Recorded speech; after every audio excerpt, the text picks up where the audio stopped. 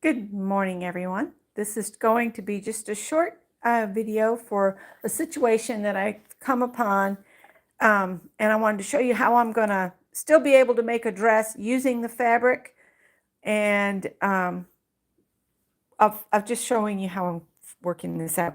All right, this is going to be the pockets for the dress I'm working on, and you can see the birds obviously have a single direction.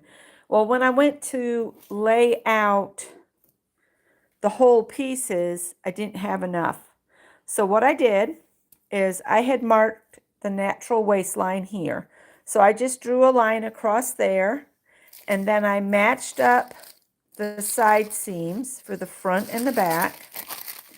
What you do is you match these up here, and I put a little mark here, and then I used a T-square, and I drew a line straight from the center back over to my little mark. So then I traced the two bodice parts and added a 5/8 inch seam between the bodice and the skirt portion. And then I did the same on the skirt, and at that line I added a 5/8 inch seam up here so I can sew the two back together to create a full-on piece. And so now what I have is this. And these will get sewn together here. The pocket placement's like right about there. I've got two little dots that line up with the pocket. And what I'm thinking is I'll put some lace to cover the seam on the two pieces. So this is the front, and this is going to be the back. And so this is a way, if you happen to not buy quite enough fabric, because of a directional issue in the pattern of the fabric, this is something you can do with the pattern you're utilizing. So we'll see if this turns out okay for me. I actually have enough of the bird fabric that I could make two dresses like this, but I'd have to find something else for the skirt because the remnant I had of this blue, blue, green, turquoise, whatever, is used up. So I've gotten everything cut out. Those are dresses that'll have facings on them, and they're thick enough that I don't have to worry about. The yellow dresses over there, there's 3 of them, and what I have to do is I need to make them fully lined dresses because the fabric is so thin you can see right through it. So I shopped my stash and I found some muslin, and I'm just going to cut out 3 fronts and backs that I'll turn into lining for the yellow dresses. So I won't need the facings for those because the white will be a facing and all. I am thinking of, I've got to interface all the facings. So my next step is to cut out all the interfacing for the facing pieces. Interfacing is the white stuff you put on the back of the fabric. It gives it more stability. So I've got to do that to all of these pieces here. Once I get the interfacing on the facings, I can start sewing. Once I have everything cut out in that. And what I'll do is I'll pair like all the blue-green dresses. You can see I've got several here. And I'll load my machine with that color thread when it comes time to sewing them. But actually, the very first thing I have to do is sew the Dress-A-Girl labels to one of the pocket pieces. So I'll just put this on, and for that I do put pink thread in so it matches the Dress-A-Girl labels that I have.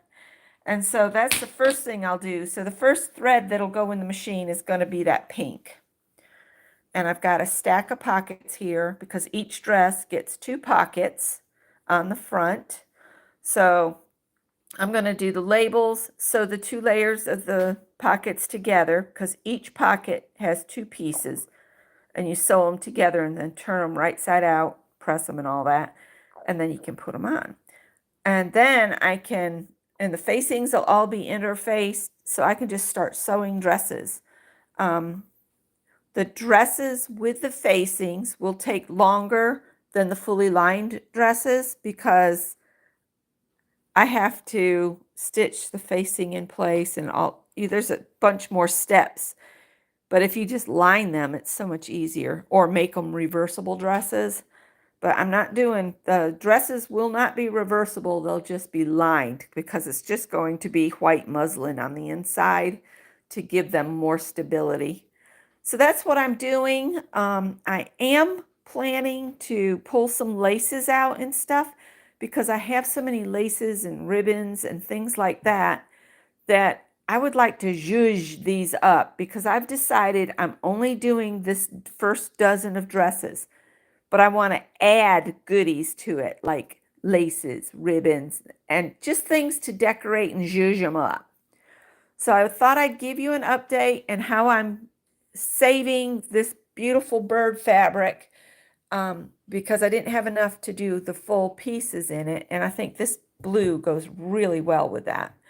So anyway, thanks for watching, and I hope that this gives some information to people that might discover they have a fabric that's got a very directional print, so you have to make sure it points toward the top of all of the pieces.